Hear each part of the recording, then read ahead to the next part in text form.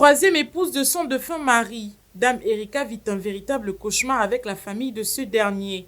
Avec un écart de 20 ans entre les deux époux, cette veuve était la plus jeune du foyer. Voici donc son récit. Je me suis mariée à 30 ans. 34 ans, le monsieur m'a laissé. Est-ce que je peux tuer quelqu'un qui a plus de 20 ans d'écart avec moi? Je suis dans les écoles des enfants seuls. Je signe les bulletins des enfants seuls. Je fais les fournitures des enfants seuls. Quand ils tombent malades, je le fais seul. Je suis à bout.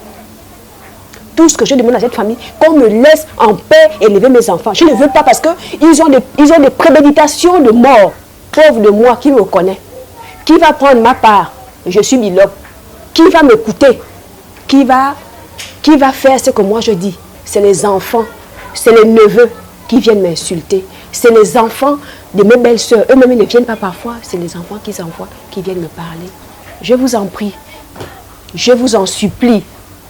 Je porte plainte. Parce que peut-être lundi, on m'a dit, j'avais demandé la plainte. On m'a demandé de refaire la plainte. Pour la sécurité, ma propre sécurité, je suis veuve, je vous en prie.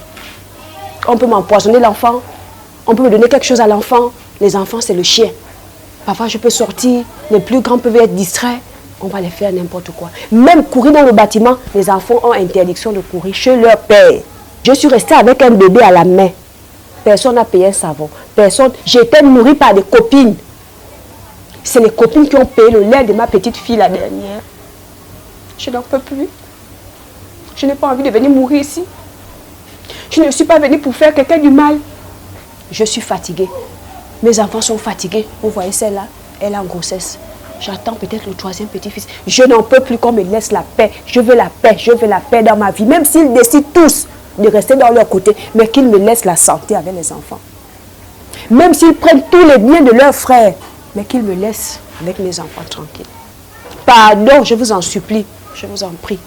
Les enfants sont traumatisés. Moi, je suis traumatisée. Non.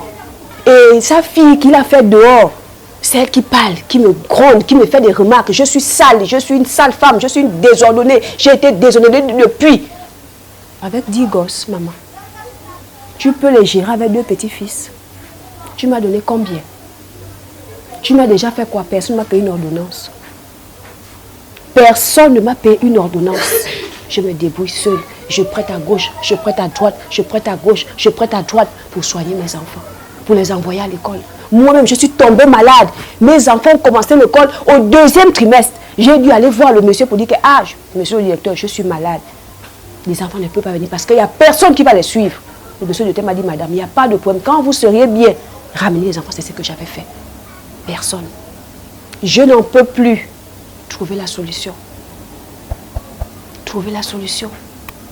Même ce que je fais là, c'est des risques. C'est beaucoup de risques. Nous sommes encore peinés de constater que de tels comportements vis-à-vis de la veuve perdurent quand on sait que celle-ci, tout comme les orphelins, méritent une protection, non seulement de la part des parents, mais aussi des autorités compétentes. Quand on est revenu, au moment de faire le partage d'argent, de ma part, parce que je peux dire que je suis la seule qui restait avec les enfants à bas âge, de ma part, quand je demande que c'est le moment qu'on doit nous donner de l'argent, il faut ça, il y avait toujours des chamaillements. Il faut parce que lui-même, le monsieur m'avait habitué à garder ma famille, m'avait dit, il faut toujours garder tes parents parce que ce seraient des témoins. C'est comme ça, quand ils viennent là pour nous donner de l'argent, il faut qu'on se chamaille. L'enfant tombe malade, il faut qu'on se chamaille.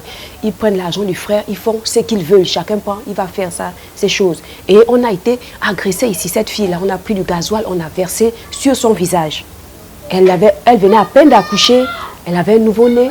On est venu l'agresser, on a pris du gasoil, on l'a versé sur le visage. Donc tout ce qui va se passer dans ce bâtiment, c'est moi qu'on accuse. Parce que je suis là. Je vais aller où?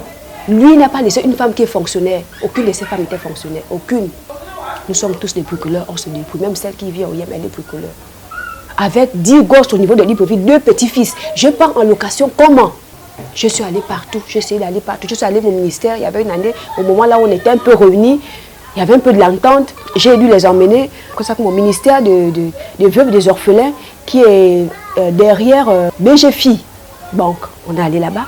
L'office de la première qui m'embête, qui m'insulte, parce que malgré que je n'ai pas été mariée dans la coutume, je ne l'ai pas. Quand le monsieur est décédé, peut-être 8 ou 9 mois après, son petit frère m'a pris. Ah là, c'est encore tout boycotté. C'était l'enfer. Ça s'est aggravé plus parce que c'est quelqu'un aussi qui a sa femme. C'est cette dame-là qui a pris de l'essence et versé sur l'enfant. Donc elle et les enfants de ma défunte rivale ont assommé l'enfant pendant que moi j'étais ici. Entre-temps, j'ai mis l'enfant l'eau au feu pour je l'ai envoyé, va surveiller de l'eau. Quand je descends, je trouve tout le monde sur l'enfant. Moi aussi, je suis rentrée dans la bagarre avec l'enfant. J'ai supporté ça comme ça jusqu'au jour d'aujourd'hui. Mes enfants n'ont pas le droit. Le premier fils de ce monsieur qui est la première femme, son fils est né. Le monsieur a laissé une double cabine. Le monsieur a laissé une Carina E. Le monsieur a laissé un papier du terrain. Tout ça, ils ont pris. Tout ça, j'ai dit aux enfants, ne parlez pas. Ils mettent les locataires. Tous les autres enfants ont le droit de mettre les locataires. Je n'ai pas le droit de mettre un locataire dans cette maison. J'ai dit à mes enfants, laissez. J'ai dit à mes enfants, laissez. Mais ce que j'ai vécu ici, je n'en peux plus. Je suis fatiguée. Mon cœur est chargé. Je ne peux plus. Je suis vraiment à bout de mes forces. Et je sais que tout ce qu'ils sont en train de faire, c'est pour que je quitte d'ici, je vais ailleurs avec mes enfants. Je ne sais pas où. Quelle est la famille qui va me recevoir avec cette charge? Qui?